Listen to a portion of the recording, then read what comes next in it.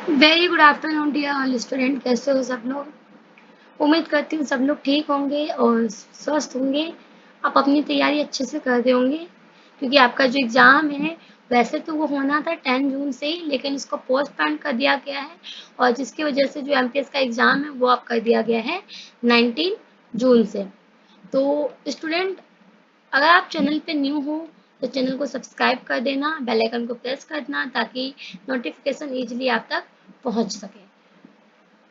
जो भी student MTS 1001 के नोट्स चाहते हैं तो टेलीग्राम पे इसके पीडीएफ अवेलेबल करवा रखा है मैंने, एंड डिस्क्रिप्शन में मैं लिंक दे दूंगी। ठीक है, आप वहां से डाउनलोड कर लेना।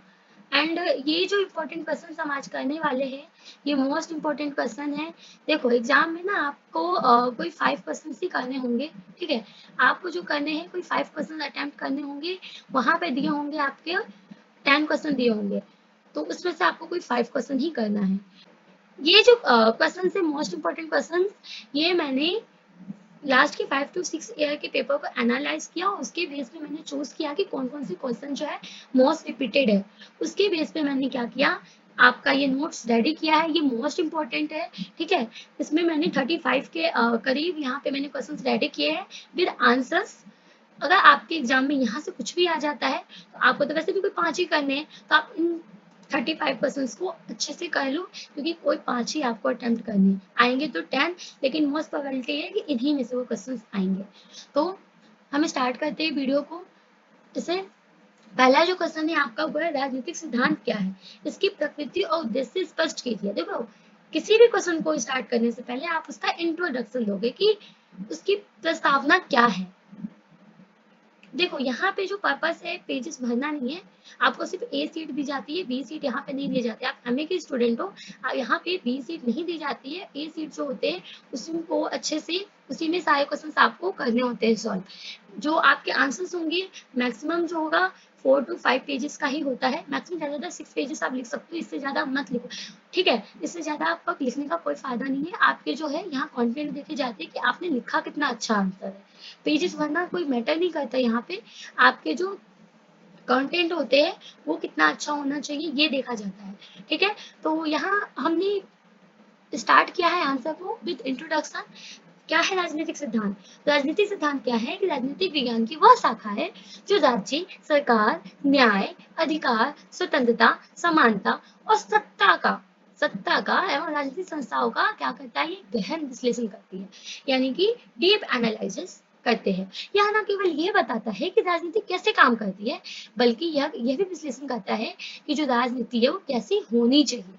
ये क्या है, ये नहीं बताता है सिर्फ कि ये सिर्फ काम ही करना है, काम करने को ज्यादा ये प्रेफरेंस नहीं देते, बल्कि ये भी इसके साथ बताते हैं कि राजनीति कैसे होनी चाहिए। ठीक है, राजनीतिक सिद्धांत राजनीतिक अवधारणाओं के बीच समन्वय स्थापित करते हैं और राजनीति को एक मूल्य आधारित प्रणाली में रूपांतरित करते हैं। राजनीतिक सिद्धांत की अगर हम परिभाषा की बात करें यानी डेफिनेशन ऑफ पॉलिटिकल थ्योरी, तो डेविड स्टिंग क्या कहते हैं? डेविड स्टिंग कहते हैं कि जो राजनीतिक सिद्धांत है वो समाज में ना आधिकारिक मूल्यों का आवंटन का अध्ययन है। वहीं पे जो डेविल आलमंड है वो क्या कहते हैं? वो ये कहते हैं कि राजनीतिक सिद्धांत वह आधार है जो राजनीतिक प्रक्रियाओं को मूल्य और दृष्टिकोण प्रदान करता है। वहीं एक और थिंकर है वो एसपी वर्मा। एसपी वर्मा जी का क्या कहना है? एसपी वर्मा जी कहते हैं कि राजनीतिक सिद्धांत वह अध्ययन है, वह स्टडी है जिसमें राजनीतिक संस्थाओं, इंस्टीट्यूशन, आइडियाज उसको डीप एनालाइज किया जाता है, तर्क संगत दृष्टिकोण से किया जाता है। इसका जो एनालिसिस करते हैं वो किससे करते हैं? तर्क संगत दृष्टिकोण से किया जाता है। ये तो थी डेफिनेशन। अब इसके नेचर क्या है, नेचर ऑफ पॉलिटिकल थ्योरी क्या है? तो नेचर ऑफ पॉलिटिकल थ्योरी की बात करें तो पहला है सैद्धांतिक और दार्शनिक प्रकृति। सैद्धांतिक और दार्शनिक प्रकृति में ये होता है कि ये जो विचार है विचारों, आदर्शों और नैतिक मूल्यों पर आधारित होता है। जैसे देखो न्याय क्या है, इसका उत्तर हम केवल कानून से ही नहीं बल्कि दार्शनिक आधार से भी खोजते हैं। सेकंड है इसका मूल्य परक या फिर मनात्मक यानी नॉर्मेटिव। यह केवल क्या है नहीं बल्कि क्या होना चाहिए उस पे केंद्रित होता है। मूल्य पर क्या है कि इसमें सिर्फ क्या है नहीं बल्कि क्या होना चाहिए रियल में। जैसे देखो, क्या सभी को समान शिक्षा मिलना चाहिए? ये एक मूल्य आधारित प्रश्न है। सही बात है, सबको मिलना चाहिए। पूछा गया है कि क्या सभी को शिक्षा जो है इक्वल मिलना चाहिए, तो हाँ बिल्कुल मिलना चाहिए। तो ये नहीं कि क्या है मिलना है कि नहीं, नहीं बिल्कुल ही मिलना ही चाहिए। एनालिटिकल, एनालिटिकल में क्या है, ये अवधारणाओं को तार्किक रूप से तोड़कर समझाता है। जैसे स्वतंत्रता केवल अधिकार नहीं है, बल्कि सामाजिक राजनीतिक संदर्भों में एक जटिल विचार है। मतलब जितनी भी अवधारणा दिए गए ना, उसको ब्रेक करके यहाँ पे समझाया जाता है। क्रिटिकल, क्रिटिकल क्या होता है कि ये राजनीतिक व्यवस्था और सरकार की कमियों को पहचान कर आता है। ये क्या है कि जो भी व्यवस्था है, ठीक है, पॉलिटिकल सिस्टम और गवर्नमेंट की जो भी कमियां है ना, उसको पहचानता है और उस देखता है कि इसमें कैसे सुधार किया जाना चाहिए। वो क्या करता है, सुझाव भी देता है। जैसे देखो, लोकतंत्र में जब बहुमत अल्पसंख्यक को दबाने लगते हैं, तब सिद्धांत क्या करते हैं, उसकी आलोचना करता है। ठीक है। अब इसका फिफ्थ पॉइंट क्या है, कॉन्टेक्सुअल। इसमें क्या होता है, ऐतिहासिक और सांस्कृतिक संदर्भों में विभिन्नता। ठीक है, यानी भिन्न, ये डिफरेंस क्यों होते हैं। भारत और अमेरिका के लोकतंत्र के सिद्धांत अलग अलग होते हैं क्योंकि सांस्कृतिक पृष्ठभूमि अलग है। अब सिंपल सी बात है, ये देखो ना, भारत के जो लोग हैं यहाँ पे कैसे प्लuralism है, ठीक है, वहीं पे यहाँ पे अलग अलग धर्म जाति सब लोग हैं, कल्चर सिस्टम पूरा अलग है। लेकिन अमेरिका की बात करें तो वहाँ का बिल्कुल ही डिफरेंट है। तो दोनों की जगह की जो लोकतंत्र है, जो डेमोक्रेटिक सिस्टम है, बहुत सारे डिफरेंट। सिंपल सी बात है कि यहाँ पे क्या है, संस्कृति पृष्ठभूमि अलग है। ठीक है। तो नेक्स्ट पॉइंट क्या है, सैद्धांतिक और व्यवहारिक संतुलन। इसमें क्या होता है कि ये सिर्फ किताबों तक सीमित नहीं होता, बल्कि सरकार की जो नीति है, समाज है, व्यवहारिक रूप से भी लागू होता है। ये क्या थे, ये नेचर थे। उसके बाद राजनीतिक सिद्धांत के उद्देश्य क्या है, यानी ऑब्जेक्टिव क्या है पॉलिटिकल थ्योरी के। तो राजनीतिक अवधारणाओं को स्पष्ट करना, जैसे लोकतंत्र, समानता, न्याय, ठीक है, स्वतंत्रता, इन सबको गहराई से समझना। ठीक है। राजनीतिक चेतना का विकास करना, इसमें क्या जाएगा कि नागरिक को उनके अधिकार, कर्तव्य और राजनीतिक प्रक्रियाओं से अवगत करवाना। लोगों को पता नहीं है कि उनके अधिकार क्या है, उनकी ड्यूटीज क्या है। तो क्या हमें क्या करना है, उनको बताना है कि उनके पास राइट्स है, फंडामेंटल राइट्स है, उनकी 11 ड्यूटीज है जो कॉन्स्टिट्यूशन के द्वारा प्रोवाइड किए गए। उसके बाद है थर्ड, नीति निर्माण में मार्गदर्शन देना। इसमें क्या है कि राजनीतिक सिद्धांत शासकों को नीति निर्माण के समय मूल्य आधारित दिशा देता है। न्यायपूर्ण समाज की रचना करना, एक ऐसा समाज होना चाहिए जिसमें राजनीतिक सिद्धांत सामाजिक न्याय, समानता, स्वतंत्रता जैसे आदर्शों की स्थापना कर सके। लोकतंत्र को स्ट्रॉन्ग बनाना, यानी कि ट्रांसपेरेंसी होनी चाहिए लोकतंत्र में। राजनीतिक संस्थाओं का दिशा प्रदान करना, जितनी भी राजनीतिक इंस्टीट्यूशन है, संसद, न्यायपालिका, प्रशासन, ये इनकी क्या है, नैतिक स्वरूप को भी स्थापित करता है। अब उसके बाद क्या करोगे, आप अपने अकॉर्डिंग यहाँ पे कंक्लूजन लिख दोगे। देखो, मैं यहाँ पे नोट्स अवेलेबल करवा रही हूँ, आप इनको पढ़ो, समझो, और हाँ, आप इसको अपनी लैंग्वेज में मतलब बना के इसको प्रॉपर से लिख सकते हो। ठीक है, आप इसको समझ लो। उसके बाद आपको क्या करना है, रट्टा नहीं मारना है, चीजों को समझना है। उसके बाद अपने अकॉर्डिंग आपको एग्जाम में लिखना है। सेकंड क्वेश्चन क्या है, राजनीतिक सिद्धांत की मानक अनुभवजन्य प्रवृत्ति में अंतर कीजिए। ये भी बहुत इंपॉर्टेंट है, ये कई बार रिपीटेड है। ये जो क्वेश्चन है बहुत बार रिपीट हुआ है, इसलिए मैंने इस क्वेश्चन को लिया है। इसमें हम क्या इंट्रो देंगे, इसमें ना क्या बताना है आपको, नॉर्मेटिव और एम्पिरिकल जो है उसमें आपको डिफरेंस बताना है। तो मैंने जैसा अभी आपको बताया कि किसी भी क्वेश्चन को सॉल्व करने से पहले आपको क्या करना है, इंट्रो देना है। तो पहले आप यहाँ पे इंट्रो दोगे कि जो राजनीतिक सिद्धांत है, जो पॉलिटिकल थ्योरी है, उसका जो उद्देश्य है और राजनीतिक प्रक्रियाओं, संस्थाओं, जो मूल्य, उसको समझना और व्याख्यात करना होता है। तो इसके अध्ययन में दो तरीके की प्रवृत्तियां पाई जाती है, एक तो नॉर्मेटिव होती है, दूसरी एम्पेरिकल होती है। मानक प्रवृत्ति जो होता है, क्या होता है, मानक प्रवृत्ति जीवन के आदर्शों पर केंद्रित होती है, जबकि जो अनुभव जन्य प्रवृत्ति है वो वास्तविक तथ्यों और अनुभव के विश्लेषण पर बल देती है। देखो क्या कि जो मानव प्रवृत्ति क्या है, राजनीतिक जीवन के आदर्शों पे केंद्रित होती है, जबकि जो एम्पेरिकल वाला है वो क्या कहता है कि जो वास्तविक तथ्य है, वास्तविक तथ्यों और अनुभवों के विश्लेषण पे बल देती है। इन दोनों प्रवृत्तियों ने राजनीतिक विचार के विकास में महत्वपूर्ण भूमिका निभाई है। अब मानक प्रवृत्ति क्या है, मानक प्रवृत्ति यानी यह प्रवृत्ति राजनीति के आदर्श स्वरूप की कल्पना करती है, राजनीति जैसी होनी चाहिए। ठीक है, ये क्या कहता है कि यह प्रवृत्ति राजनीति के आदर्श स्वरूप की कल्पना करती है, राजनीति राजनीति जैसी ही होनी चाहिए। इस दृष्टिकोण में नैतिकता, न्याय, स्वतंत्रता, समानता जैसे मूल्यों की विवेचना होती है। यह जो है, यह दार्शनिक एवं चिंतनशील प्रवृत्ति है जिसका उद्देश्य राजनीति को सही दिशा देना है। प्लेटो, अरस्तु, रूसो, लॉक, ये सब क्या है, इसके थिंकर है। ठीक है, इसका उदाहरण हम देखें तो क्या है, एक आदर्श राज्य कैसा होना चाहिए, सर्वोत्तम शासन प्रणाली कौन सी है, ये से जो क्वेश्चन सोचते हैं वो यहाँ से ही आते हैं। अब है एम्पेरिकल, ठीक है, अनुभवजन्य प्रवृत्ति क्या है, ये तो हमने पढ़ा था मानक, ठीक है, मानक यहाँ से हमने पढ़ा था मानक। अब क्या है एम्पेरिकल अप्रोच क्या है, तो यह प्रवृत्ति राजनीति को वैज्ञानिक ढंग से समझने का क्या करती है, प्रयास करती है। अब इसमें क्या है, राजनीति जो है राजनीति जैसी है, देखो इसमें क्या बोला था कि राजनीति जो है राजनीति जैसी होनी चाहिए, इसमें बोला था राजनीति जैसी होनी चाहिए, पर इसमें क्या बोला है कि जो राजनीति है राजनीति जैसी है। इसमें क्या होता है, आंकड़ों, व्यवहार, सर्वेक्षण, निरीक्षण आदि के माध्यम से विश्लेषण किया जाता है। इसका जो ऑब्जेक्टिव है वो क्या है, राजनीतिक घटनाओं का वस्तुनिष्ठ मूल्यांकन करना, समाजशास्त्र, मनोविज्ञान, अर्थशास्त्र जैसे विषयों से प्रभावित है। David stern, Gabriel, almond, Robert डहार आदि इसके क्या है, प्रमुख प्रतिनिधि है, यानी कि इसके क्या है, ये थिंकर है। तो इसके क्या उदाहरण है, जैसे कि लोकतांत्रिक देशों में मतदाता व्यवहार की प्रवृत्ति क्या है, या चुनाव में भागीदारी को कौन कौन से कारक प्रभावित करते हैं। अगर हम इन दोनों में डिफरेंस पढ़े, ठीक है, हम ना इन दोनों में डिफरेंस पढ़ते हैं। तो पहला प्रश्न क्या आता है यहाँ पे कि क्या होना चाहिए, मानव प्रवृत्ति में प्रश्न आता है कि क्या होना चाहिए। वहीं पे जो अनुभव जन्य प्रवृत्ति उसमें क्या होता है कि क्या हो रहा है। इसका जो अप्रोच है क्या है, एथिकल है, ठीक है, मूल्य आधारित है, जबकि इसका जो है वो साइंटिफिक है। प्रक्रिया क्या है, प्रोसेस क्या है, तो ये तर्क और दार्शनिक विश्लेषण करता है, जबकि ये क्या करता है, अनुभव, डेटा, केस स्टडी।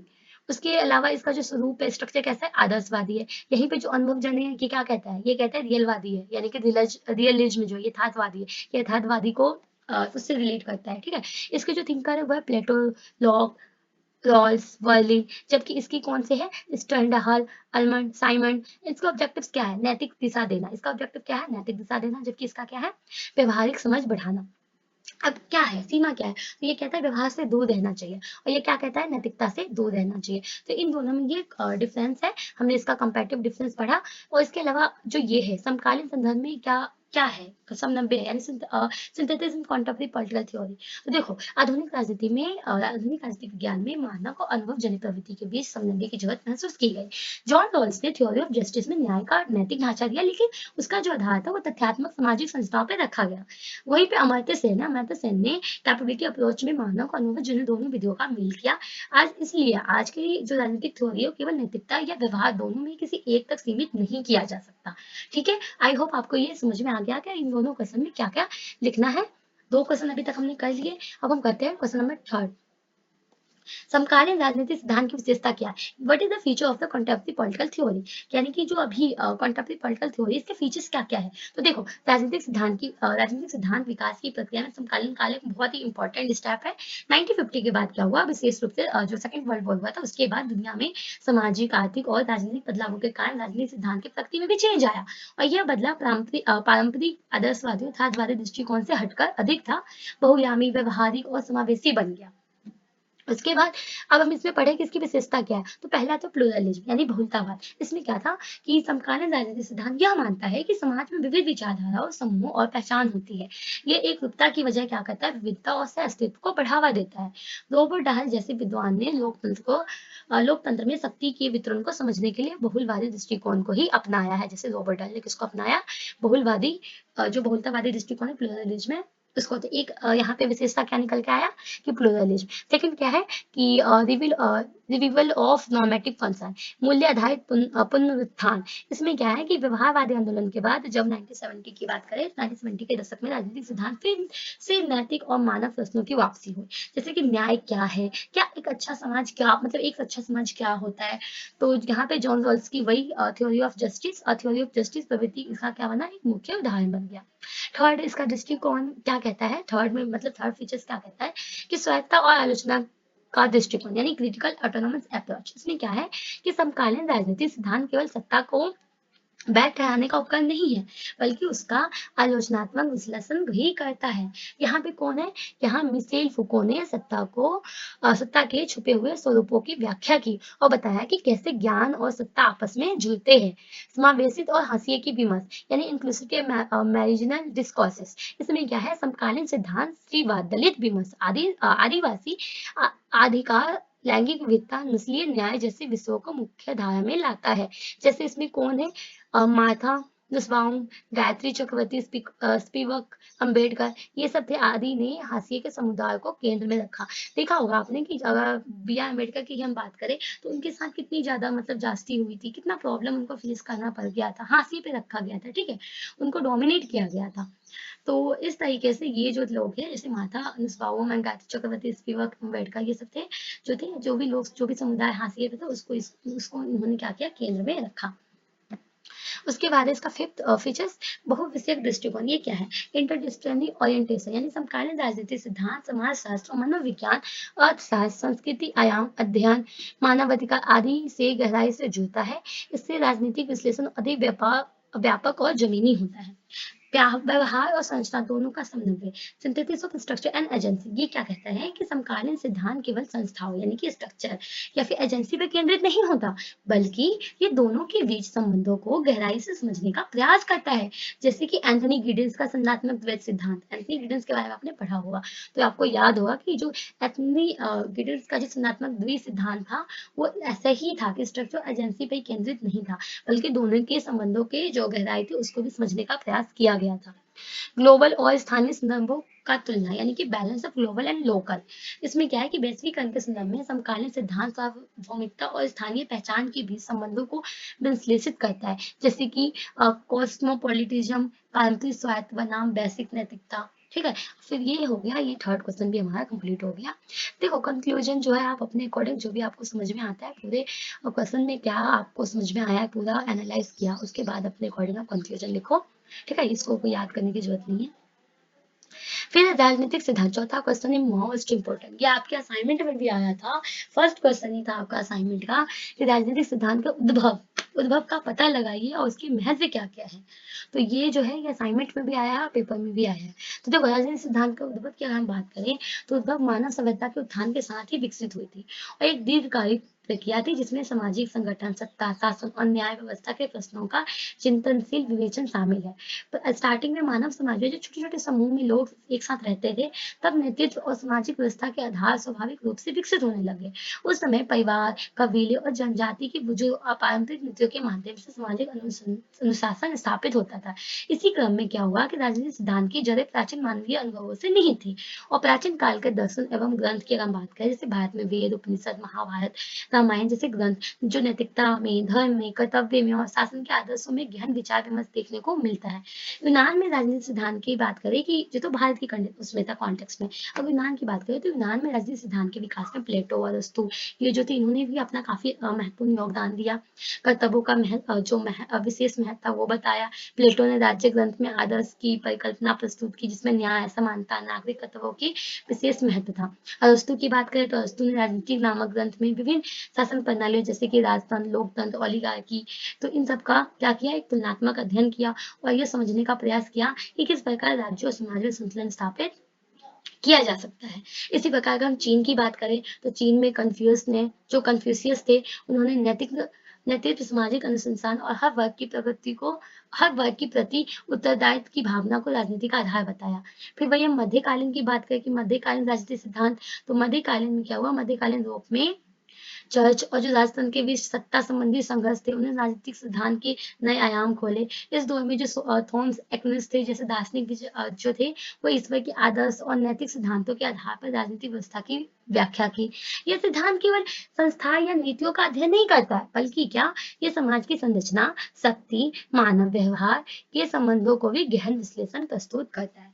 वहीं पे हम प्राचीन विचारधारा की बात करें तो प्राचीन विचारधारा में क्या आ जाएगा कि दार्शनिक सिद्धांत का प्रारंभ जो था प्राचीन ग्रीस में हुआ था। कहाँ, जहाँ प्लेटो और अरस्तु जैसे दार्शनिक ने समान राज्य की नीति के बारे में विचार किया। प्लेटो ने गणराज्य में आदर्श राज्य की परिकल्पना की, जबकि अरस्तु ने राजनीतिक में विभिन्न शासन व्यवस्थाओं का अध्ययन किया। उन्होंने राजनीति में नैतिकता के संदर्भ में जो राजनीति है उसने राजनीति को नैतिकता के संदर्भ में देखा और कहा कि राज्य का उद्देश्य नागरिकों की क्या करनी है, भलाई करनी है। वहीं पे हम रोमन की बात करें, रोमन प्रभाव का, तो रोमन साम्राज्य के समय राजनीतिक सिद्धांत में कानून और राज्य की भूमिका पर जोर दिया गया। साइरस और कैसर जैसे नेताओं ने राजनीतिक सिद्धांत में कानून, शक्ति और राज्य के संबंध को एक नया दृष्टिकोण प्रदान किया। रोमन विचारकों ने कानून का शिष्टा को स्थापित किया जो बाद में आधुनिक राजनीति का सिद्धांत का आधार बन गया। ठीक है, वहीं पर हम बात करें मध्यकालीन राजनीति की, तो मध्यकालीन राजनीति जो था मध्यकालीन राजनीति सिद्धांत को धार्मिक दृष्टिकोण से जोड़ा गया। किससे देखा गया? धार्मिक दृष्टिकोण से देखा गया, जिसमें थॉमस एक्विनास और ऑगस्टाइन जैसे विचारक ने राज्य और धर्म के बीच संबंधों पर चर्चा की। इस युग में राजशाही और चर्च का गहरा संबंध स्थापित हुआ। राज्य के संचालन में धार्मिक सिद्धांतों का प्रभाव बढ़ा। वहीं हम बात करें आधुनिक युग की, तो 16वीं और 18वीं सदी के बीच राजनीतिक सिद्धांत में नए विचारों का प्रवेश हुआ। जैसे निकोलो मैकियावेली ने प्रिंस में अपनी शक्ति और राजनीति के बारे, इनकी बुक है, ठीक है, प्रिंस, ये जो वो है, ये इनकी बुक है, ठीक है, ये जो है ये इनकी बुक है। तो उसमें क्या किया इन्होंने, अपनी शक्ति और राजनीति के वास्तविक पक्षों को उजागर किया। उन्होंने कहा, क्या कहा कि राजनीति में नैतिकता की उपेक्षा परिणामों पर ध्यान, मतलब नैतिकता की अपेक्षा में किस पे ध्यान देना चाहिए? परिणामों पर, रिजल्ट पर ध्यान देना चाहिए, ठीक है। इसी अवधि में जो थे वो कौन? Thomas, Hobbes, John Locke, Jean Jacques Rousseau ने भी सामाजिक अनुबंध के सिद्धांत का विकास किया और ये समझता है कि राज्य के गठन नागरिकों के बीच एक अनुबंध पे आधारित होता है। अब ये अनुबंध क्या है? यहाँ पे मैंने बात किया कि अनुबंध सिद्धांत। अब तो अनुबंध सिद्धांत क्या है कि हॉब्स ने कहा कि मानव स्वभाव स्वार्थी है। क्या है? सेल्फिश है।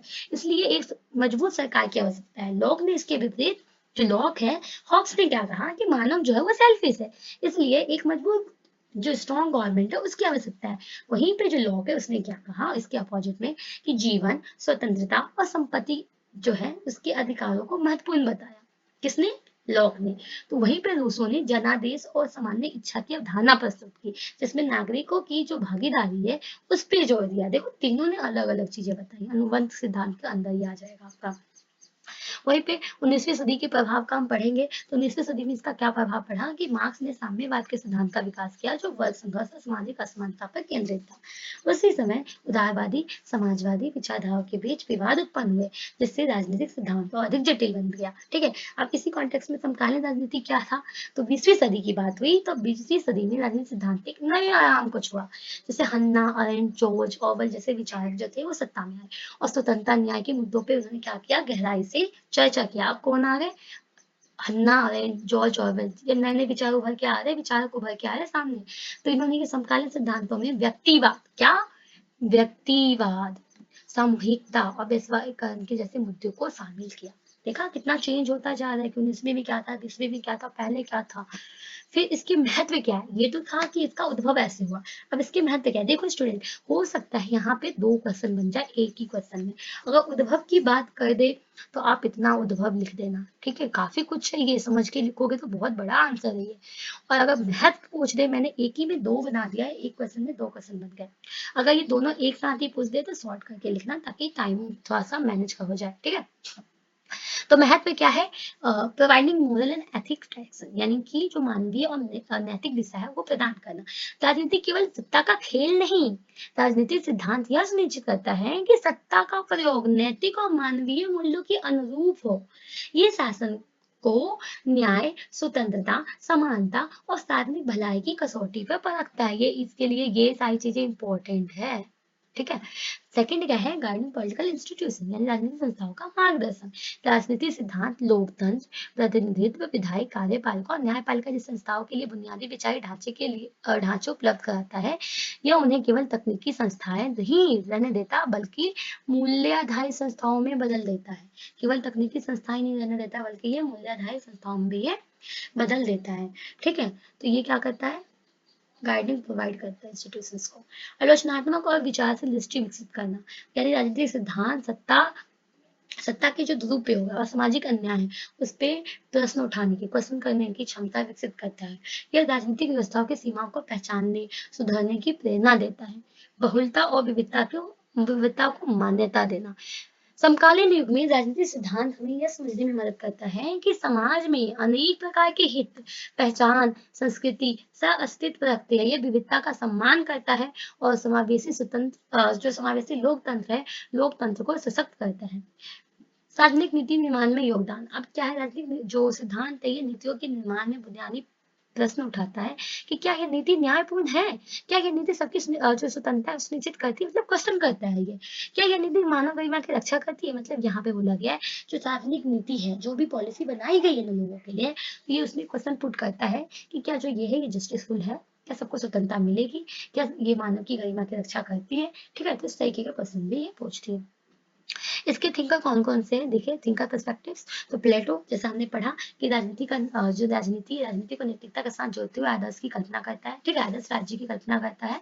अरस्तु की बात करें तो अरस्तु जो है राजनीतिक को व्यवहारिक विज्ञान, ठीक है, प्रैक्टिस साइंस कहा, जो कि नागरिक के सर्वोत्तम जीवन की दिशा में काम करता है। रोल्स की बात करें तो वही थ्योरी ऑफ जस्टिस, जिसमें समान अवसर वंचितों के लिए प्राथमिकता का विचार है। हन्ना अरेंड्ट, ठीक है, ये 20वीं सदी में आए थे, तो राजनीति को मानवीय स्वतंत्रता के अभिव्यक्त माना इन्होंने। तो इस तरीके से आपका 4 क्वेश्चन हो गया कंप्लीट। अब हम पढ़ते हैं क्वेश्चन नंबर 5, प्रक्रियात्मक और वास्तविक लोकतंत्र क्या है? प्रक्रियात्मक क्या है और वास्तविक क्या है? तो देखो, लोकतंत्र का मूल उद्देश्य नागरिक को प्रशासन में भागीदारी अवसर प्रदान करना। लोकतंत्र क्या होता है? By the people for the people of the people, जनता के द्वारा, जो जनता के लिए और जनता का, ठीक है। तो लोकतंत्र का मूल उद्देश्य है कि नागरिकों को शासन में भागीदारी का अवसर प्रदान करना, उनके अधिकारों, उनकी स्वतंत्रताओं की रक्षा करना। जो ये लोकतंत्र की प्रमुख धाराएं है, ठीक है, धाराएं ये 2 तरीके की होती है। एक तो होती है प्रक्रियात्मक लोकतंत्र और दूसरी होती है वास्तविक, ठीक है, सार्थक जिसको बोलते हैं। प्रक्रियात्मक लोकतंत्र में चुनाव, विधायी प्रक्रिया, स्वतंत्र न्यायपालिका और न्याय अन्य संस्थागत तंत्रों का पालन किया जाता है। जबकि हम वास्तविक की बात करें तो इसमें ये देखा जाता है कि क्या ये जो प्रक्रिया है समाज में सभी वर्गों की वास्तविक भलाई और सामाजिक न्याय और समान अवसर सुनिश्चित कर पा रही है कि नहीं। दोनों डिफरेंट है। प्रक्रियात्मक लोकतंत्र हम पढ़े तो इसको फॉर्मल डेमोक्रेसी कहा जाता है, ठीक है। मुख्य जो ध्यान है चुनावी प्रक्रिया और संस्थागत तंत्र पर होती है। इसमें नागरिकों को चुनाव में भाग लेने का अधिकार होता है और चुनाव एक निष्पक्ष और पारदर्शी तरीकों से आयोजित किए जाते हैं, ठीक है। प्रक्रियात्मक लोकतंत्र का मुख्य फोकस जो होता है शासन की प्रणाली के औपचारिक तत्वों पर होता है। इसमें चुनावों का निष्पक्ष आयोजन, राजनीतिक दलों की मीडिया, स्वतंत्र मीडिया तथा न्यायपालिका स्वायत्तता जैसे सिद्धांत शामिल होते हैं। यह जो दृष्टिकोण है, इस दृष्टिकोण के अनुसार यदि चुनाव निष्पक्ष और नियमित है, सरकारी संस्था पारदर्शी है और तथा कानूनी जो है, कानून का जो शासन है सुनिश्चित ये करता है कि नागरिकों के अधिकार स्वाभाविक रूप से सुरक्षित हो जाते हैं। उदाहरण के लिए हम बात करें तो कई विकसित देशों में जहाँ चुनावों की प्रक्रिया मजबूत है, उन्हें प्रक्रियात्मक लोकतंत्र के रूप में देखा जाता है, ठीक है। वहीं पे हम वास्तविक की बात करें, देखो यहाँ पे जो प्रक्रियात्मक है उसमें क्या होता है, ये सरकार की वैधता का मूल मापदंड चुनावों की निष्पक्षता और संस्थागत संस्थाओं को पारदर्शित माना जाता है। वहीं पे हम वास्तविक लोकतंत्र की बात करें तो वास्तविक में क्या है, वास्तविक लोकतंत्र का जो मतलब ये औपचारिक प्रक्रिया नहीं है, बल्कि उनके माध्यम से समाज में वास्तविक समाज, न्याय, आर्थिक समानता और नागरिकों की जीवन गुणवत्ता में सुधार, ये है इसका मतलब, ठीक है। इसमें यह आवश्यक होता है कि सत्ता में नेता केवल चुनाव जीतने के बाद अपने कार्यकाल के दौरान आम जनता की समस्याओं का समाधान करे और ऐसे निर्णय ले जो गरीब, जो मध्यम वर्ग के लोग हैं ना, जो हाशिए पे है, जो, ठीक है, जैसे बड़े लोगों के द्वारा जिसको क्या कहा जाता है, मतलब प्रताड़ित किया जाता है, ठीक है। तो उनकी हितों की पूर्ति करे, किनकी, जो गरीब लोग हैं, जो डोमिनेट हो रहे हैं। यदि सरकार चुनाव जीतने के बाद भी असमानता मतलब काम नहीं करती है, ठीक है, तो क्या होता है, देखो, यदि सरकार चुनाव जीतने के बाद भी सामाजिक असमानताओं, आर्थिक विषमता और नागरिक मूल्यों का अधिकार हनन जैसी समस्याओं का समाधान करने में विफल रहती है, तो क्या होता है, ये एक अपूर्ण लोकतंत्र कहलाता है। वही बात होगी ना, जब हम तुम्हें लेकर आ रहे, हम चुन के लेके आ रहे कि हमारी भलाई करो, लेकिन आप कर ही नहीं रहे हो। तो ये जो है, ये क्या हो, समाज जो भी हमारी समस्या उसका समाधान हो ही नहीं रहा, विफल है, ठीक है, समस्या का समाधान करने में विफल रहती है। तो इसे केवल प्रक्रियात्मक लोकतंत्र की बजाय क्या बोला जाता है, अपूर्ण लोकतंत्र कहा जाता है, ठीक है, वास्तविक लोकतंत्र के अंदर ही आ जाता है। फिर इसके बाद है दोनों के बीच अंतर व चुनौतियां। क्या क्या अंतर है? प्रक्रियात्मक लोकतंत्र में केवल नियमों और संस्थागत प्रक्रियाओं का पालन पर बल दिया जाता है, जिससे क्या होता है, सत्ता के विकेंद्रीकरण और पारदर्शी सुनिश्चित हो सके। लेकिन कई बार ये देखा गया है कि जो चुनाव है, चुनाव के दौरान में सत्ता में जो आए नेता होते हैं, विशेष हितों या बड़े जो भी व्यापारी, जो भी व्यवसाय के प्रभाव है, उसमें रहकर आम जनता की भलाई की वजह क्या करते हैं, छोटे समूह की अपेक्षाओं को पूरा करने की कोशिश करते हैं। होता है, यही होता है रियल में भी, और वही यहाँ पे भी लिखा गया है, ठीक है। वही यहाँ पे जो नोट्स है ये भी वही लिखा है कि क्या होता है कि कई बार एक छोटे से समूह की अपेक्षाओं को क्या करते हैं, पूरा करने की कोशिश करते हैं। ऐसे परिदृश्य में भले चुनाव निष्पक्ष तरीके से आयोजित होता है, लेकिन वास्तविक लोकतंत्र का लक्ष्य नागरिकों के जीवन स्तर को सुधारना और सामाजिक न्याय पूरा नहीं कर पाता ये। वास्तविक लोकतंत्र की प्राप्ति के लिए अनिवार्य क्या है कि जो नीति निर्माण की प्रक्रिया है उसमें नागरिकों का व्यापक भागीदारी होनी चाहिए, ठीक है। तभी तो नागरिक जब उसमें पार्टिसिपेट करेंगे तभी तो उनके भला के बारे में लोग सोचेंगे, ठीक है। मतलब जो भी है ना, नीति निर्माण कुछ भी हो रहा है तो नॉर्मल जो पीपल है, जो आम जनता है, उनकी भी पार्टिसिपेशन होनी चाहिए। सरकार जवाबदेह बनी रहे, ठीक है। कुछ भी होता है तो सरकार क्या है, जनता के प्रति जवाबदेही हो, नीतियों में पारदर्शिता हो, ट्रांसपेरेंसी हो, ठीक है। सामाजिक सुरक्षा, शिक्षा, स्वास्थ्य एवं रोजगार के समान अवसरों को प्राथमिकता दी जाए, सामाजिक और आर्थिक अधिकारों को मौलिक अधिकार के रूप में मान्यता देने से ये सुनिश्चित किया जाता है कि प्रत्येक नागरिक को वास्तव में स्वतंत्र और समान अवसर प्राप्त हो। ठीक है, वैश्विक स्तर पर इसका उदाहरण देखिए। ठीक है, वैश्विक दृष्टिकोण एवं उदाहरण तो विकसित देशों में जैसे सेकेंडरी स्कैंडिनेवियाई देश में केवल चुनाव की प्रक्रिया मजबूत है, बल्कि वहाँ सामाजिक सुरक्षा, स्वास्थ्य और शिक्षा के क्षेत्र में भी उत्कृष्ट नीतियां अपनाई गई है। इस प्रकार देश में प्रक्रियात्मक लोकतंत्र के साथ क्या है, वास्तविक लोकतंत्र के आदर्शों को भी प्रभावी ढंग से लागू होते हैं। वहीं कुछ विकासशील देश है जहाँ पे औपचारिक लोकतांत्रिक व्यवस्था या सत्ता के केंद्रीकरण एवं आर्थिक विषमता जैसी समस्या नागरिकों की वास्तविक हितों को भी प्रभावित करती है। तो ये क्वेश्चन भी हमारा हो गया। अब हम पढ़ते अधिकार क्या है, राइट्स क्या है। ठीक है, राइट्स क्या है, उसके नेचर क्या है, इसका मीनिंग क्या है, ये भी आपके असाइनमेंट में पूछा गया है ये क्वेश्चन, और पेपर में भी आया है। अधिकारों की अवधारणा मानव समाज के मूलभूत सिद्धांतों में से एक है, जो व्यक्ति की स्वतंत्रता, क्या, व्यक्ति की स्वतंत्रता, गरिमा, न्याय की गारंटी प्रदान करती है। अधिकार का अर्थ क्या है, क्या है अधिकार का अर्थ, किसी व्यक्ति के पास कुछ विशेष स्वतंत्रताएं, सुविधाएं जिन्हें कानून, नैतिक सिद्धांत द्वारा मान्यता प्राप्त होती है। यह विचार न केवल राजनीतिक दर्शन में बल्कि न्याय शास्त्र, सामाजिक एवं समाजशास्त्र एवं मानव अधिकार सिद्धांतों में भी अत्यंत महत्वपूर्ण रहा। अधिकार की जो प्रकृति क्या है, देखो अधिकार की प्रकृति विभिन्न रूपों में विभाजित किया जाता है, जैसे प्राकृतिक एवं जन्मसिद्ध अधिकार। ये क्या होता है कि प्राकृतिक अधिकार की अवधारणा के अनुसार क्या कहा जाता है कि प्रत्येक व्यक्ति जन्म से ही कुछ अविभाज्य अधिकारों का धामी होता है। ठीक है, यानी कि जन्म से उसको कुछ अधिकार मिल जाते हैं। ठीक है, जैसे कोई बच्चा पैदा होता है तो वही मतलब पैदा होते ही उसको कुछ राइट्स मिल जाते हैं, जैसे जीवन की, स्वतंत्रता की, संपत्ति की। ठीक है, जॉन लॉक ने जो जॉन लॉक है, जॉन लॉक जैसे जो दार्शनिक है, उन्होंने जन्म सिद्ध अधिकार की बात की और कहा कि राज्य का मुख्य कर्तव्य है इन अधिकारों की रक्षा करना। इन अधिकारों का स्रोत व्यक्ति का स्वभाव और मानव गरिमा, न केवल किसी सरकारी संस्था द्वारा प्रदान किया गया कोई विशेष लाभ। इसलिए यह अधिकार जो है सार्वभौमिक और परिवर्तनीय माना जाता है। सेकंड है कानूनी अधिकार एवं संवैधानिक गारंटियां। देखो, कानूनी अधिकार वे अधिकार होते हैं जिन्हें संविधान या विधायी तंत्र द्वारा, ठीक है, या फिर न्यायपालिका के माध्यम से मान्यता दी जाती है। आमतौर पे भारत के जो संविधान में बात करें मौलिक अधिकार, तो मौलिक अधिकार जो है वो भी कॉन्स्टिट्यूशन के द्वारा दिया गया है, जिसमें स्वतंत्रता, ठीक है, इक्वलिटी, फ्रीडम एंड जो भी अधिकार जैसे कि सामाजिक न्याय के सिद्धांत, ये सारी चीजें उसमें दिए गए हैं। तो ये अधिकार नागरिकों को न केवल व्यक्तिगत स्वतंत्रता प्रदान करता है बल्कि उन्हें समाज में सम्मान और सुरक्षा का अनुभव भी कराते हैं। कानून द्वारा प्रदान किए गए ये जो अधिकार, इसकी शक्तियों पर रोक लगता है तो नागरिक के विरुद्ध किसी प्रकार का दुरुपयोग को रोकने का काम करता है। ठीक है, कानून द्वारा जो कानून है, लॉज है, कानूनों के द्वारा प्रदान किए गए अधिकार सरकार की शक्तियों पर अगर रोक लगाते हैं तो नागरिकों के विरुद्ध किसी भी प्रकार का दुरुपयोग को रोकने का काम ये करता है। सामाजिक, आर्थिक और सांस्कृतिक अधिकार, ये क्या है, समाज में न केवल राजनीतिक और कानूनी अधिकार ही नहीं बल्कि सामाजिक, आर्थिक एवं सांस्कृतिक अधिकार भी अत्यंत महत्वपूर्ण है। ठीक है, कौन कौन से, सामाजिक, आर्थिक, सांस्कृतिक अधिकार भी बहुत ज्यादा इंपॉर्टेंट है। सामाजिक अधिकारों में जो है कौन कौन से आते हैं चीजें, शिक्षा, स्वास्थ्य, आवास, रोजगार के समान अवसर, ये शामिल होते हैं। आर्थिक अधिकार व्यक्ति की आर्थिक स्वतंत्रता से रिलेटेड होते हैं। ठीक है, वहीं पे सांस्कृतिक की बात करें तो इसमें जो भाषा है, परंपरा है, हमारे कल्चर है, हमारे फेस्टिवल्स है, ठीक है, हमारे जो क्लोथ्स होते हैं, हमारा मतलब सबका अपना अपना होता है। ठीक है, तो ये इसमें शामिल होते हैं। और इन अधिकारों की गारंटी न केवल व्यक्तिगत विकास होता है बल्कि समाज में एक समावेशी और न्याय संगत वातावरण का भी निर्माण होता है।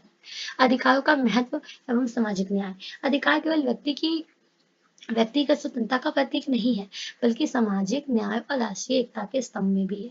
जब प्रत्येक व्यक्ति को समान अवसर, सम्मान और सुरक्षा प्राप्त होती है तो वह समाज में शक्ति का संतुलन बना रहता है और असमानता तथा भेदभाव की समस्या घटती है। अधिकार की सही समझ और उनका संरक्षण सुनिश्चित करता है कि सत्ता का दुरुपयोग रोका जा सके और प्रत्येक नागरिक को सामाजिक और आर्थिक विकास के अवसर मिले। अंतर्राष्ट्रीय संदर्भ में मानव अधिकार, ये क्या है, अंतर्राष्ट्रीय स्तर पर भी अधिकारों की अवधारणा ने महत्वपूर्ण भूमिका निभाई है। जैसे यूएन, संयुक्त राष्ट्र की सार्वभौमिक मानव अधिकार की घोषणा पत्र ने स्थापित किया कि प्रत्येक व्यक्ति को किस चीज का, जीवन का, स्वतंत्रता, सुरक्षा, शिक्षा, स्वास्थ्य के अधिकार प्राप्त होने चाहिए। यह दस्तावेज वैश्विक मानदंड स्थापित करता है जिससे देशों में नागरिकों अधिकारों की सुरक्षा सुनिश्चित की जा सके। इस वैश्विक दृष्टिकोण से यह स्पष्ट होता है कि अधिकार केवल एक राष्ट्रीय मुद्दा नहीं बल्कि पूरे मानव समाज की गरिमा और न्याय से जुड़ा एक मौलिक सिद्धांत है। अधिकार की जो अधिकार है अब उसके संरक्षण की कुछ चुनौतियां है। तो हालांकि अधिकारों की अवधारणा अत्यंत महत्वपूर्ण है, लेकिन क्या हुआ कि इसके संरक्षण में ना अनेक चुनौतियां आती है। कई बार औपचारिक रूप से अधिकारों का उल्लेख किया जाता है, लेकिन व्यवहारिक रूप से उनका पूर्ण संरक्षण नहीं हो पाता। सामाजिक असमानता, आर्थिक विषमता और अल्पसंख्यक वर्गों के प्रति भेदभाव जैसे कारक इन अधिकारों की उपलब्धता को प्रभावित करते हैं। इसलिए न केवल कानून के माध्यम से बल्कि समाज में जागरूकता एवं सक्रिय नागरिक सहभागिता के माध्यम से अधिकारों का संरक्षण आवश्यक है। ठीक है, तो ये तो हमने इसके नेचर्स पढ़ लिए। अब इसके अर्थ हम पढ़ेंगे कि इसका अर्थ क्या है। ठीक है, what is the meaning of rights. तो देखो, अधिकारों का अर्थ केवल स्वतंत्रता और विशेष अधिकार नहीं होता, ठीक है, बल्कि व्यक्ति की गरिमा, स्वायत्ता और सामाजिक, ठीक है, व्यक्ति की गरिमा, स्वायत्ता और समाज में उसकी भूमिका से भी जुड़ा होता है। जैसे इसके कुछ अर्थ है। स्वतंत्रता की अगर हम बात करें तो अधिकार का सबसे महत्वपूर्ण पहलू स्वतंत्रता ही है, फ्रीडम है। यह व्यक्ति को अपने विचार व्यक्त करने, अपने जीवन का निर्णय लेने और अपने अधिकारों के लिए संघर्ष करने की स्वतंत्रता प्रदान करता है। दूसरा, सुरक्षा। अधिकार व्यक्ति की भेदभाव, उत्पीड़न, अन्याय इन सबसे क्या करता है, प्रोटेक्ट करता है। यह सुनिश्चित करता है कि सभी नागरिकों के पास समान अवसर मिले और उनके अधिकारों का उल्लंघन ना हो। थर्ड, सामाजिक न्याय। अधिकारों का अर्थ सामाजिक न्याय भी है। जब सभी व्यक्तियों को उनके अधिकार प्राप्त होते हैं तो समाज में समानता, न्याय की भावना विकसित होती है और यह असमानता को कम करने और सभी वर्गों के बीच में समान अवसर प्रदान करने में भी मदद करता है। जिम्मेदारी। अधिकारों के साथ जिम्मेदारी भी आती है। भाई सिंपल सी बात है, जब अधिकार आएगी तो जिम्मेदारी भी आएगी। जब किसी व्यक्ति को अधिकार प्राप्त होते हैं तो उन्हें उन अधिकारों का उपयोग करते समय एक दूसरे अधिकारों का सम्मान भी करना चाहिए। ठीक है, ऐसा नहीं कि हम भाई हमारा राइट है राइट टू स्पीच तो हम किसी को भी गाली दे के आ जाए। नहीं, हम गाली नहीं दे सकते, हम ऐसा कोई वर्ड नहीं बोल सकते जिससे किसी और को नुकसान हो। राइट है, हमें बात रखने की राइट है अपनी। ठीक है, तो यही है कि हमारी कुछ जिम्मेदारी है कि हम कुछ ऐसा ना करें जिससे किसी और के अधिकारों का क्या हो, उल्लंघन हो। सामाजिक परिवर्तन। देखो, अधिकारों का दावा और संघर्ष अक्सर सामाजिक परिवर्तन का कारण बनता है।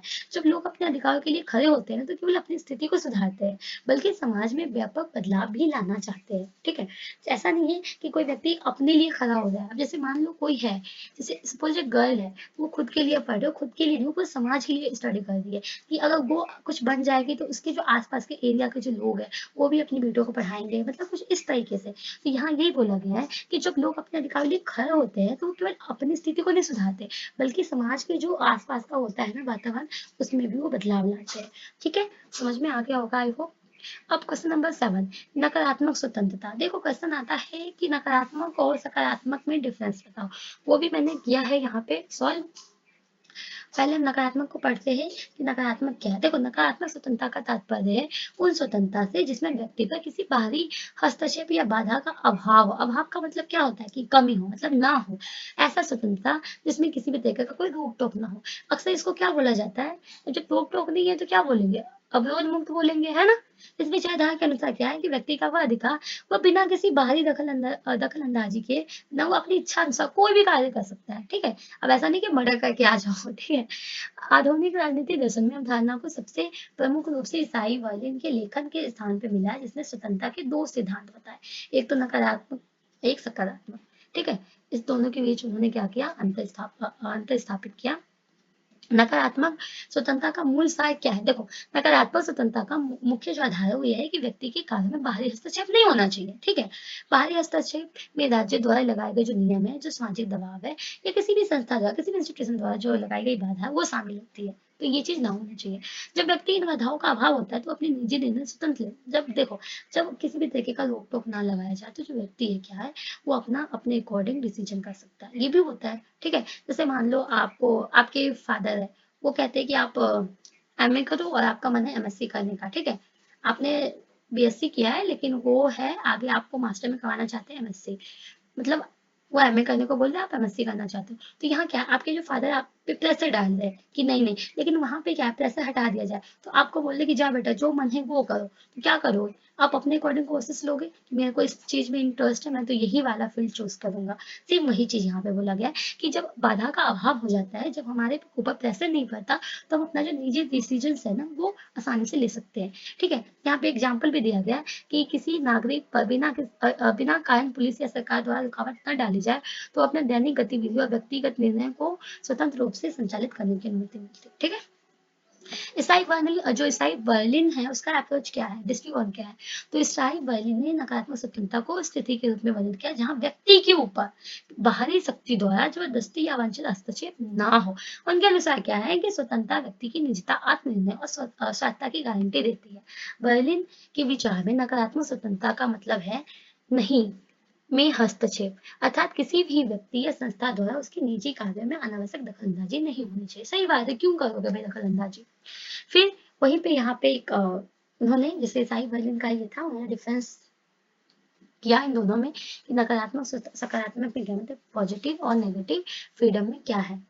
तो नकारात्मक स्वतंत्रता और सकारात्मक के कुछ अंतर है, जहां नकारात्मक स्वतंत्रता जो है बाहरी बाधाओं अभाव को सुनिश्चित करती है, ठीक है, अभाव को सुनिश्चित करती है। वहीं सकारात्मक क्या देखती है कि व्यक्ति को अपनी क्षमताओं के अनुसार जीवन जीने के लिए आवश्यक संसाधन, शिक्षा, अवसर मिले। दूसरे शब्द में क्या बोला गया है कि देखो नकारात्मक में हस्तक्षेप कमी होती है, ठीक है, रोक टोक नहीं मिलेगा, जबकि सकारात्मक में क्या है, सक्षम होने की अवधारणा शामिल है, मतलब थोड़े से रोक टोक होने चाहिए जरूरत के हिसाब से।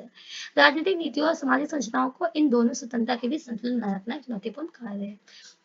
स्वतंत्र जो नकारात्मक स्वतंत्रता है उसकी कुछ सीमाएं क्या है, लिमिटेशंस क्या है, ठीक है, तो और उसकी आवश्यकता भी क्यों है। देखो, हालांकि सिद्धांत रूप में नकारात्मक स्वतंत्रता अत्यंत आकर्षक है, वास्तविक दुनिया में पूरी तरह से अवरोध मुक्त स्वतंत्रता प्राप्त करना मुश्किल है।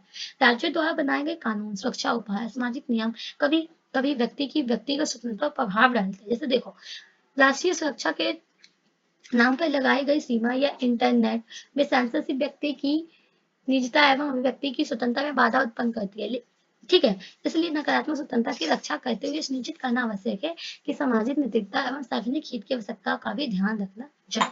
आधुनिक में संदर्भ में नकारात्मक स्वतंत्रता क्या है, तो देखो डिजिटल युग चल रहा है जहाँ सूचना का आदान प्रदान अत्यंत तेजी से होता है, व्यक्ति की निजता एवं जो भी प्राइवेसी है, डाटा है, ठीक है, उसको सुरक्षा के मुद्दे नकारात्मक स्वतंत्रता के महत्व को भी प्रासंगिक बनाते हैं।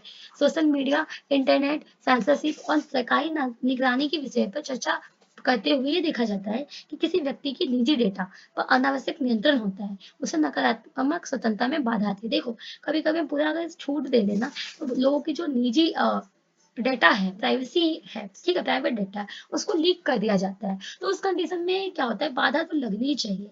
इसलिए जो आधुनिक लोकतांत्रिक समाज है, नकारात्मक स्वतंत्रता की रक्षा के लिए कानूनी एवं तकनीकी उपायों का होना बहुत ज्यादा जरूरी है, क्योंकि अगर हमने यहाँ पे छूट दे दिया ना हर चीज के लिए, लोग इसका गलत फायदा उठाते हैं।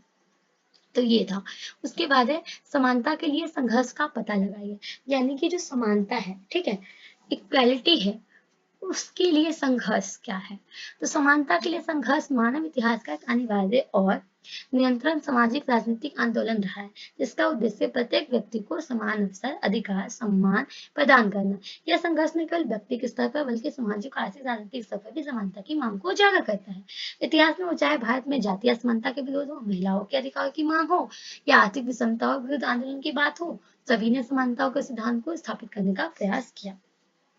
अगर हम हिस्ट्री से इसको कनेक्ट करें, हिस्ट्री के परिप्रेक्ष्य में इसको हम देखें, तो देखो भारत में समानता के लिए संघर्ष का एक इतिहास प्राचीन काल से स्टार्ट हुआ। जैसे महाभारत पुराण में भी नैतिकता, धर्म, कर्तव्यों के सिद्धांत को उल्लेख करता है, लेकिन समाज में व्यापक जाति व्यवस्था और सामाजिक भेदभाव ने समानता की प्राप्ति में अनेक बाधा उत्पन्न की। आधुनिक भारत में भी दलित, आदिवासी, देखो इंडिया में भी जो मॉडर्निटी आई ना उसके बाद भी काफी ज्यादा डिस्क्रिमिनेशन हुआ on the basis of caste and religions, ठीक है, काफी ज्यादा, एंड इनफेक्ट अभी भी होता है basis of gender, boy and girl में अभी भी लोग करते हैं। तो इस प्रकार पश्चिम देशों में बात करें तो वहां पे भी नागरिक अधिकार आंदोलन, महिला अधिकार आंदोलन, मजदूर आंदोलन, यहाँ पे भी असमानता थी, तो उसके लिए भी असमानता के लिए आंदोलन किए गए थे। और इन आंदोलन ने केवल कानूनी सुधार की मांग की, बल्कि सामाजिक चेतना को भी जगाने में महत्वपूर्ण भूमिका निभाई। सामाजिक एवं आर्थिक समानता की बात करें तो देखो समानता के संघर्ष में सबसे प्रमुख मुद्दा है आर्थिक विषमता। आज के वैश्विक परिदृश्य में बात करें तो देखो आय, असमानता, बेरोजगारी, गरीबी जैसे मुद्दे समाज को विभाजित कर रहे हैं। कहीं पे अमीर लोग हैं तो कहीं पे गरीब लोग हैं। आर्थिक असमानता का संघर्ष ये सुनिश्चित करने की कोशिश करता है कि समाज के प्रत्येक वर्ग को समान आर्थिक प्राप्त हो, मतलब समान आर्थिक अवसर प्राप्त हो, सबको जॉब करने की अपॉर्चुनिटी मिलनी चाहिए, जिससे वो क्या अपने जीवन स्तर को सुधार सके। यह संघर्ष सामाजिक सुरक्षा, शिक्षा, स्वास्थ्य, रोजगार के समान अवसर सुनिश्चित करने के प्रयासों के माध्यम से आगे बढ़ता है। जब प्रत्येक व्यक्ति को अगर समान आर्थिक अवसर मिलते हैं तो वो जीवन को क्या करेंगे, आत्मनिर्भर बनाएंगे, ठीक है, राष्ट्रीय विकास में क्या करेंगे, अपना एक सकारात्मक योगदान देंगे। तो सबको ही इक्वल अपॉर्चुनिटी मिलनी चाहिए। लैंगिक एवं सामाजिक समानता ये क्या है, देखो महिलाओं और अल्पसंख्यकों जो भी माइनॉरिटी ग्रुप्स है उसके अधिकारों की मांग ने समानता के संघर्ष को एक नया मोड़ दिया। लंबे समय तक महिलाओं के सामाजिक, सांस्कृतिक, धार्मिक दबावों के कारण क्षमताओं का पूर्ण उपयोग करने से वंचित रखा गया। नारीवादी आंदोलन ने स्पष्ट किया कि समानता का अर्थ केवल अवसरों की समानता ही नहीं, बल्कि समाज की महिलाओं की गरिमा, सुरक्षा, सम्मान को भी प्राप्त होनी चाहिए। इस प्रकार जाति, धर्म, संस्कृति, पहचान के आधार पर होने वाले भेदभाव ने समाज का विभाजन और असमानता को जन्म दिया, जिसके विरुद्ध समानता और निरंतर संघर्ष चलता रहा। राजनीतिक समानता एवं नागरिक अधिकार, इसमें क्या था? राजनीतिक दृष्टिकोण से समानता का अर्थ है प्रत्येक नागरिक को राजनीतिक प्रक्रिया में समान भागीदारी एवं प्रतिनिधित्व मिलना। ठीक है, सब लोग अपना वहाँ पे पार्टिसिपेट कर सके, जितने भी जो भी पॉलिटिकल प्रोसेस हो रहे हैं वहाँ पे केवल कुछ ही वर्ग सत्ता संसाधनों का लाभ मिलता था। पहले यही होता था, कुछ ही लोग। अगर हम बात करें पहले अपने इंडिया का ही, तो वोटिंग के अगर हम राइट्स की बात करें तो पहले मेल कोई था, फीमेल को नहीं था। पहले 21 साल के जो लोग थे वो वोट करते थे, बाद में फिर इसको चेंज किया गया, अमेंडमेंट लाया गया और फिर 18 ईयर वाले किए गए कि 18 ईयर्स के जो अबव है वो। इसके अलावा हम बात करें इसमें ही तो साउथ अफ्रीका की, तो वहां पे भी क्या था कि फीमेल्स को या फिर जो ब्लैक लोग थे उनको वोट करने का राइट्स नहीं दिया गया था। तो ये चीज गलत थी। ठीक है, समानता का संघर्ष सुनिश्चित करने का प्रयास करता है कि चुनावी प्रक्रिया, विधायी तंत्र, अन्य राजनीतिक संस्थाओं में सभी वर्गों को समावेश हो, कोई भी वर्ग सत्ता से वंचित न, मतलब सबको पार्टिसिपेशन मिलनी चाहिए। ठीक है, चुनौती एवं संघर्ष के मार्ग, इसमें क्या है कि क्या क्या चैलेंजेस आ रहे हैं, स्ट्रगल्स। ठीक है, क्या क्या है? समानता के लिए संघर्ष कभी भी आसान नहीं रहा। सत्ता में बैठे वर्ग अक्सर अपने विशेषाधिकार को बनाए रखने के लिए विरोधी शक्तियों का सामना करते हैं, और इस संदर्भ में समानता के लिए उठाए गए कदम सामाजिक क्रांति का रूप लेते हैं, जो पुराने ढांचों को सुनिश्चित देते हुए सिद्धांत में मूल्यों की स्थापना करते हैं। शिक्षा, कानून में सुधार, सामाजिक जागरूकता एवं नागरिक सहभागिता, इन सभी के माध्यम से समानता के आदर्शों को समाज में स्थापित किया जा सकता है। वैश्विक परिप्रेक्ष्य में हम बात करें तो अंतर्राष्ट्रीय स्तर पर समानता के लिए संघर्ष में महत्वपूर्ण बदलाव लाए। ठीक है, वैश्विक स्तर पर जो अंतर्राष्ट्रीय स्तर है उस पर भी समानता के लिए संघर्ष में महत्वपूर्ण बदलाव लाए। संयुक्त राष्ट्र एवं अन्य अंतर्राष्ट्रीय संगठनों ने समानता, सामाजिक न्याय, हमारे क्षेत्र कई पहले शुरू किए, जिनका उद्देश्य क्या था कि विकास, शिक्षा, स्वास्थ्य, आर्थिक अवसरों में समानता सुनिश्चित करना। और वैश्विक परिदृश्य में समानता का संघर्ष न केवल राजनीतिक या आर्थिक मुद्दा है, बल्कि ये मानव गरिमा व सामाजिक न्याय के मांग का प्रतीक है। तो इस तरीके ये क्वेश्चन भी हमारा हो गया कंप्लीट।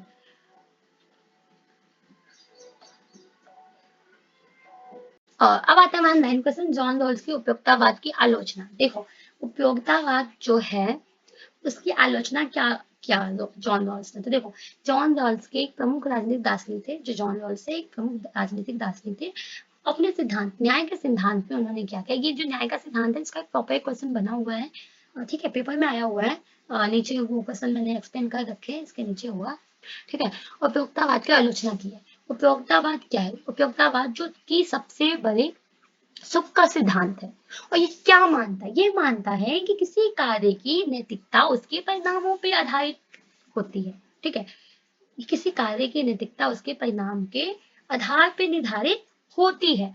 जॉन्स ने इस सिद्धांत की कुछ प्रमुख सीमाएं बताई कि इसकी क्या क्या कमियां है, क्या क्या मतलब नहीं होना चाहिए। तो पहला चीज रॉल्स ने क्या कहा, जॉन रॉल्स ने, कि व्यक्तिगत अधिकारों की अनदेखी। यानी जॉन रॉल्स का तर्क था कि उपयोगितावाद जो है वो व्यक्तिगत अधिकारों और स्वतंत्रता को अनदेखी करता है।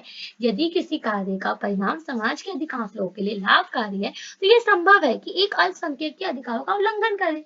रॉल्स के सिद्धांत जो मौलिक अधिकारों के प्रति सम्मान रखता है, जिसमें सभी व्यक्तियों के अधिकारों को सुनिश्चित की जाती है। ठीक है, सेकंड बोला कि इसमें क्या है, न्याय का अभाव है। उपयोगितावाद में कभी कभी असंवेदनशीलता की समस्या होती है। यह सिद्धांत अक्सर सामाजिक असमानता और अन्याय को उचित ठहराता है। जब ये कुल लाभ में योगदान देते हैं, तो जोल्स का मानना था कि न्याय का मतलब केवल परिणाम नहीं, रिजल्ट नहीं है, बल्कि यह सुनिश्चित करना है कि सभी व्यक्ति को समान अवसर और संसाधन, जो भी रिसोर्सेस है वो इक्वली मिले।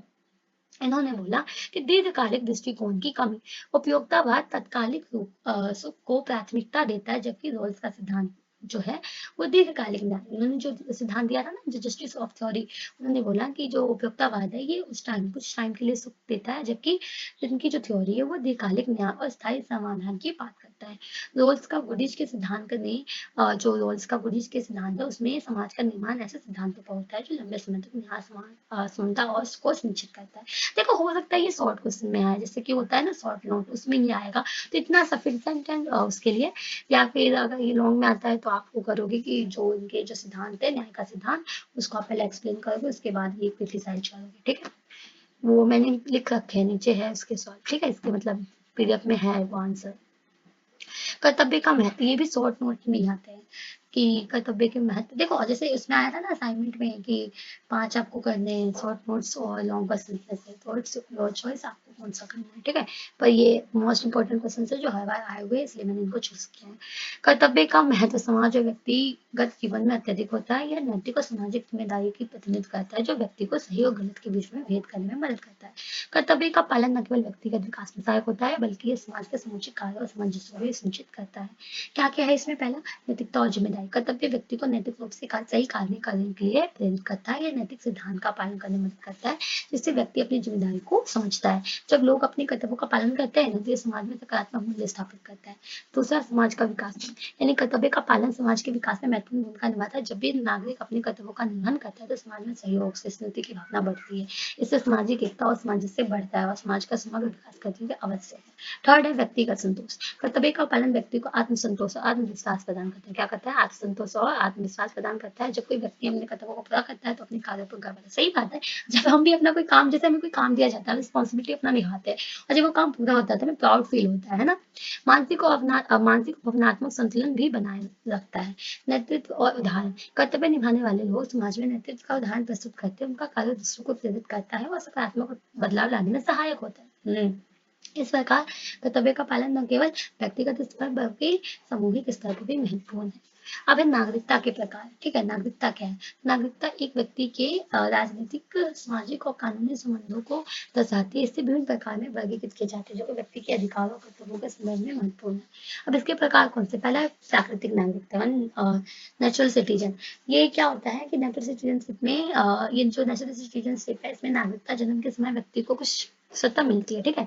यानी कि किसी देश में अगर कोई व्यक्ति जन्म लिया है तो उस देश का वो नागरिक माना जाता है। जैसे उदाहरण के लिए देखो, भारत में जन्म लेने वाला व्यक्ति क्या हुआ, भारत का नागरिक हुआ, है ना। एक्वायर्ड सिटीजनशिप यानी अर्जित नागरिकता, ये क्या होता है, ये जो होता है, ये नागरिकता किसी व्यक्ति को विशेष प्रक्रियाओं के माध्यम से मिलता है। जैसे कि देखो, न्यूट्रलाइजेशन, व्यक्ति किसी अन्य देश में रहने के बाद उस देश की नागरिकता प्राप्त कर सकता है जब निर्धारित मानदंडों को, जैसे उस किसी देश में जा रहे हो आप और वहाँ की सारी चीज़ों को फॉलो कर रहे हो, काफी टाइम से रह रहे हो, तो आप वहाँ की चीज़ों को जब ज्यादा दिन फॉलो करते हो, वहाँ रहने लगते हो, सब कुछ आप वहाँ करने लगते हो, काम वाम, तो आपको सिटीजनशिप मिल जाती है। डुअल सिटीजनशिप, यह स्थिति तब होती है जब किसी व्यक्ति के पास दो देशों की नागरिकता होती है, ठीक है। यह कानून 9/11 मान्यता प्राप्त होती है, व्यक्ति दोनों देशों के अधिकार। देखो यहाँ ना हमारे जो सेलिब्रिटीज है उनको ये मिली हुई है, एक दो सेलिब्रिटी को मिली हुई है, ठीक है। जैसे कि प्रियंका चोपड़ा को देख लो, ठीक है। जैसे वो जो है निक जॉन से उन्होंने शादी कर रखा है, तो वहाँ अमेरिका, ठीक है, वहाँ की भी नागरिकता उनके पास है, इंडिया की भी है। तो इस तरीके से जब जो सेलिब्रिटीज होते हैं ये दो ले लेते हैं नागरिकता, वो वहां भी जाके काम करते हैं, यहाँ भी करते हैं। नागरिकता का अधिकार, ये क्या है, कुछ देशों में नागरिकता का अधिकार उन व्यक्तियों को दिया जाता है जिसे विशेष मानदंडों को पूरा करता है, ठीक है। जैसे सामाजिक, आर्थिक, शैक्षणिक आधार पर ये अधिकार व्यक्ति को योगदान और उनकी स्थिति के अनुसार होते हैं।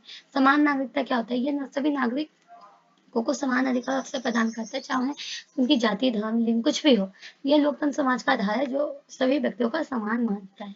तो इस तरीके से ये भी हो गया। क्वेश्चन नंबर 12 क्या कहते हैं, संप्रभुता यानी सोवर्निटी। सोवर्निटी क्या है, इंपॉर्टेंट है ये क्वेश्चन, ठीक है। सोवर्निटी क्या है और इसके प्रकार कौन कौन से हैं। देखो, सोवर्निटी राज्य की सर्वोच्च और स्वतंत्र शक्ति को संदर्भित करती है जिसके अंतर्गत वो आंतरिक एवं बाहरी मामलों में पूर्ण स्वतंत्र होता है, यानी किसी भी डिसीजन को लेने के लिए, ठीक है, जो उसके देश की बात आती है, जब किसी देश की बात आती है तो अपने देश के हित की बारे में सोचने के लिए, अपने सेल्फ इंटरेस्ट को सोचने के लिए वो बिना किसी बाहरी या आंतरिक, ठीक है, किसी भी तरीके से उन पर प्रेशर नहीं डाला जाता, वो पूर्ण स्वतंत्र रूप से अपना डिसीजन ले सकते हैं, ठीक है।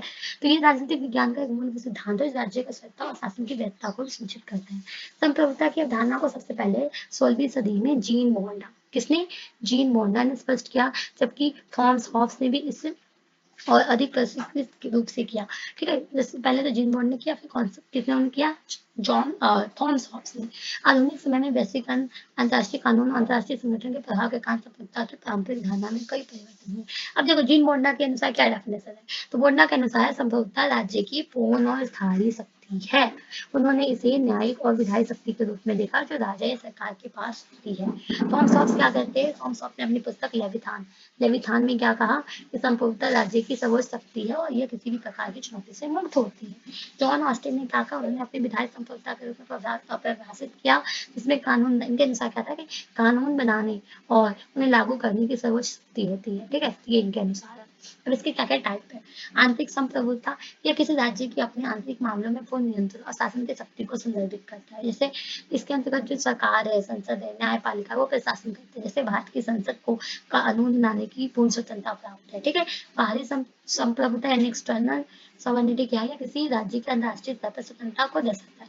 इसका अर्थ यह है कि देखो कोई भी देश अन्य या संस्था के आंतरिक मामलों में हस्तक्षेप नहीं कर सकती, इंटरफेयर नहीं कर सकती। जैसे एग्जाम्पल, भारत संयुक्त राष्ट्र का सदस्य है लेकिन उसकी नीतियां स्वतंत्र रूप से बनाई जाती है। लीगल सॉवरेनिटी क्या होता है, ये वह शक्ति होती है जिसके पास कानून बनाने, संशोधन करना, उन्हें लागू करने की अंतिम अधिकार होता है। जैसे भारत में विधायी संप्रभुता संसद के पास है, संसद अपने अकॉर्डिंग डिसीजन लेती है। राजनीतिक संप्रभुता यानी पॉलिटिकल सॉवरेनिटी क्या होता है, यह वास्तविक शक्ति को नियुक्त करता है जो जनता राजनीतिक दलों और जनमत के रूप में कार्य करती है। उदाहरण के लिए हम बात करते हैं, लोकतांत्रिक देशों में चुनावों के माध्यम से जनता राजनीतिक संप्रभुता को प्रभावित करती है। ठीक है, अगला है पॉपुलर सॉवरेनिटी। इसमें क्या है कि यह धारणा कहती है कि राज्य की शक्ति जनता से उत्पन्न होती है और राज्य की शक्ति जो है जनता से उत्पन्न होती है तो सरकार जनता की इच्छा के अनुसार ही कार्य करेगी। भारत में संविधान की प्रस्तावना में बोला भी गया है साफ साफ, हम भारत के लोग। ठीक है, तो उससे शुरू होती है, यानी कि लोकप्रिय संप्रभुता को ही दर्शाती है। इसकी विशेषता क्या है, वही ये सुप्रीमेसी है, इंडिविजुअलिटी है, यानी कि संप्रभुता को विभाजित नहीं किया जा सकता। परमानेंस है, यानी संप्रभुता तक बनी रहती है जब तक राज्य का अस्तित्व होता है, किसी भी बाहरी शक्ति का हस्तक्षेप नहीं मान्य होगा। और इफेक्टिवनेस मतलब होता है कि संप्रभुता का वास्तविक रूप से क्रियान्वयन होना आवश्यक है। पहला सर्वोच्चता, दूसरा अविभाज्यता, तीसरा स्थायित्व होना चाहिए, विशेषाधिकार होना चाहिए, प्रभाविता यानी इफेक्टिवनेस यानी कि संप्रभुता का वास्तविक रूप से क्रियान्वयन होना आवश्यक है। ठीक है, आज के समय में इसकी चुनौतियां क्या है, तो ग्लोबलाइजेशन, पहला वैश्वीकरण। आज के समय में अंतर्राष्ट्रीय व्यापार, संचार, प्रौद्योगिकी ने राज्य की पारंपरिक संप्रभुता को प्रभावित किया। अंतर्राष्ट्रीय संगठनों ने भूमिका बढ़ने में कई बार देशों में नीतियों परिवर्तन करना पड़ता है। अंतर्राष्ट्रीय संगठनों ने संधियां, संयुक्त राष्ट्र, विश्व व्यापार जो WTO। ठीक है, आप लोग मुझे बताना कि WTO का पहला नाम क्या था, मतलब पहले जो था WTO क्या था। ठीक है, ये आपका होमवर्क है। यूरोपीय यानी कि EU जैसे संगठन राष्ट्र राज्यों की नीतियों को प्रभावित करते हैं। देशों को अक्सर अंतर्राष्ट्रीय समझौतों का पालन करना पड़ता है जिससे उनकी संप्रभुता सीमित हो सकती है। मानवाधिकार हस्तक्षेप, मानवाधिकार की रक्षा के नाम पर कई बार देश छोटे देशों की समझौता को हस्तक्षेप करते हैं। ठीक है, उदाहरण के लिए हम बात करें तो संयुक्त राष्ट्र की शांति सेनाओं को विभिन्न देशों में तैनात किया जाना। आतंकवाद और सुरक्षा चिंता, ये भी एक चुनौती है। डिजिटल संप्रभुता, ये तो भाई बहुत इंपॉर्टेंट है। साइबर सुरक्षा, डेटा संरक्षण, इंटरनेट पर नियंत्रण, आधुनिक युग में संप्रभुता के नए पहलू बन गए।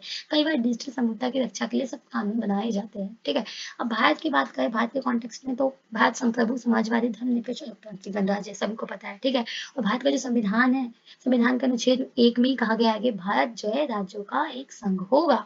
भारत की संप्रभुता राजनीति, आर्थिक और सैन्य शक्ति के रूप में देखा जाता है। हाल के वर्षों में भारत की अंतर्राष्ट्रीय कूटनीति, सैन्य सुधार के आत्मनिर्भर भारत अभियान संप्रभुता को मजबूत करने का प्रयास किया। ठीक है, तो इस तरीके से ये क्वेश्चन भी हमारा हो गया कंप्लीट। ये काफी लॉन्ग वीडियो हो जाएगी, इसमें ये नहीं आ पाएगा, मतलब बहुत सारे क्वेश्चन अभी हमें करने हैं, तो मिलते हैं इसके सेकंड पार्ट में। ठीक है।